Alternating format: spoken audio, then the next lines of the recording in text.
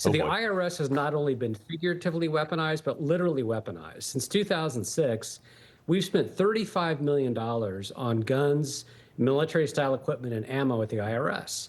So we have more agents at the IRS than a lot of major cities do of police officers. And so what I think DOE should do is not only downsize the staff, but go in and do almost like a cartel-style raid, line up all the guns and ammo and say, what have you been doing with this? Why have you weaponized, again, literally an agency against the American people, and make them explain that. All right, so a major win for the Trump administration on this one, John. A judge has ruled that the CIA can now fire their DEI workers. Like, why this was even a question? It was, but here we are. He can do it now.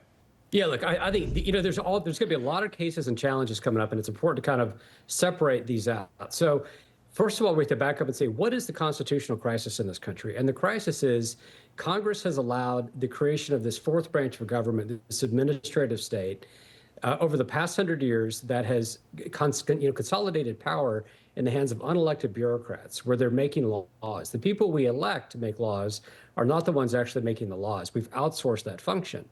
So this is an important first step. And DEI is an interesting case because it really violates the Civil Rights Act. So the administration has really solid grounds on that one. They have solid ground on a lot of the spending that relates to foreign aid because the president traditionally has the power of directing foreign policy. Right. But Congress is going to have to really step up and lock in these savings permanently because the president is not going to have unilateral authority to do the line item veto, so to speak. That's been ruled unconstitutional. Yeah. So even the conservative Supreme Court is not going to support all of these changes. But a lot of them, yes, they're going to support. John, as we walk back, though, into history of the government and through all these things, this is the problem. You have guys doing deep fakes that they think they're immune from, this DEI stuff, this transgender stuff. And all we want, most of us every day, we want to go work for a living. We want to take home as much of our paycheck as possible. But sometime between 1913 and now, the paradigm has shifted. I used to think that the money I made was mine and the money I gave to the government in taxes is what I allowed them to keep. Now the government believes that it's their money and what I take home from my own job is what they allow me to keep. I mean, how did that paradigm shift in 100 years?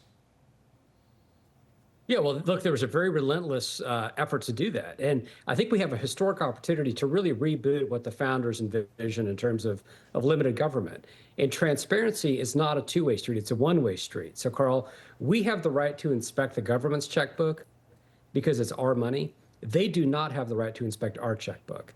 And the American people have woken up to that, and there's been a revolt. There was a revolt with the Tea Party movement, and now there's even a more focused revolt. And I think there's a unique chance because what we've seen is a political realignment, where back in the 15 years ago when I was working in the Senate, Democrats would demagogue these issues to death, and they would win some of the arguments. Well, they've lost the hearts and minds of voters, and so that there's been a big shift politically, and really the administration and Congress need to work together to lock in these gains long term and to really unwind this massive growth of administrative power that we've seen over the past 100 years.